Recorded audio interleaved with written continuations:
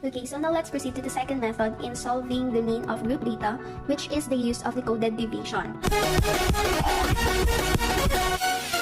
Okay, so when you are using this second method, you're going to use this formula. So this is the symbol for the mean.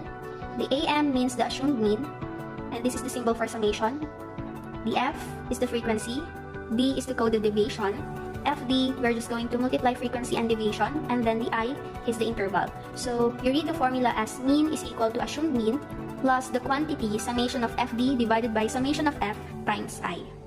So let's proceed to our example, and as you can see, our given table here is just the same with the first one earlier. Okay, so I'm going to use the same table just to check whether this method will give the same answer as the first method. Okay, so we have again the column for the interval and then the column for the frequency. And then we have also in the third column, the column for the class marks or the X. But we don't have the column for the FX anymore. But we have here the column for D, which means coded deviation, and then the FD, which means we're just going to multiply frequency and deviation later on. Okay, so, and I have prepared another simple 7 steps to follow in solving for the mean of group data using the coded deviation. Okay, so our first step here is to complete the table. Okay, so as you can see, we don't have values for our X, D, and then the FD. And I already taught you a while ago on how to find the class mark of the intervals. Okay, so for 11 to 15, the class mark there is the 13. You're just going to find the middle score in that interval. Okay, 16 to 20, it's 18. 21 to 25, it's 23. 26 to 30, it's 28. 31 to 35, it's 33. And 36 to 40, it's 38. So we are done now with the class mark. Okay, let's proceed to D, which is the coded deviation. Okay, so here's the process. So the first thing that you need to do is you need to find first the highest frequency. Okay, so here's the frequency. The highest frequency there is 12. So the deviation of the highest frequency will be 0. Okay, so the highest frequency, its deviation is 0. And then on the upper, the deviation will be 1, 2, and 3. But below the 0, the intervals below the 0, its deviation will be -1 and then -2. Okay, so we are done now with the deviation also.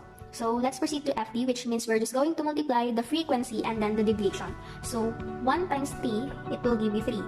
5 times 2, it's 10. 11 times 1, it's 11. 12 times 0, it's 0.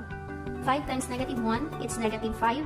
And then 6 times -2, it's -12. Okay, so we are done now with completing the table. We are done now with the first step. Next, we need to find the summation of FD. So just like what we did earlier, we are going to add all the FD there. So I'll write summation of FD here. So if you are having a hard time in adding positive and negative numbers, it is better if you're going to add first the like signs. Okay, so like this one, they are positive numbers, so you're going to add first all the positive numbers. So 3 plus 10 plus 11, it will give you 24. And then let's add the negative numbers. -5 plus -12, it's -17. And then just add the two numbers. 24 plus -17, you're going to have 7. So that's your summation of FD. We're done now with the step 2. Next, step 3, we need to find summation of F. We're just going to add all the F. Okay, so we already answered this earlier, so the answer is 40.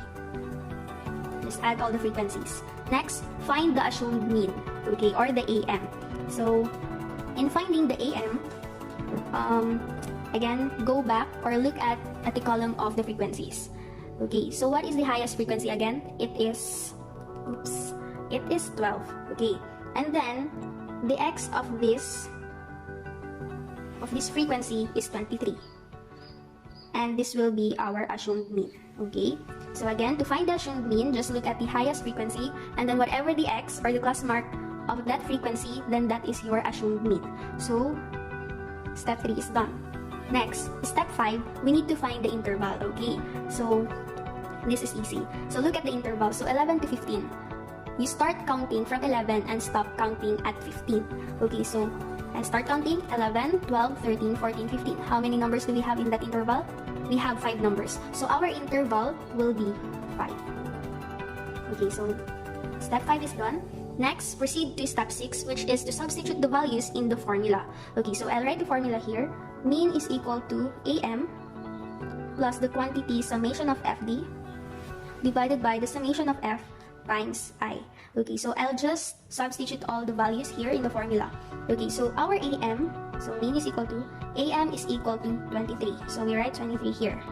Plus the quantity, summation of FD is equal to 7. So you write 7 here. Divided by your summation of F, which is equal to 40. Times your I, which is equal to 5. So you write 5. So we are done now with step 6, which is to substitute the values. Next, we are going to simplify it. Okay, so to simplify this one, the first thing that you are going to do is multiply 5 to 7. Okay, so I'll just copy the rest. Mean is equal to 23 plus 7 times 5, it's equal to 35, divided by 40. Okay, next one. To simplify this again, you're going to divide 35 by 40. So 35 divided by 40, it will give you 0.875. Okay, next. And the last step here is, we are just going to add 23 plus 0.875, and the answer here is 23.875. So this is the answer. This is the mean.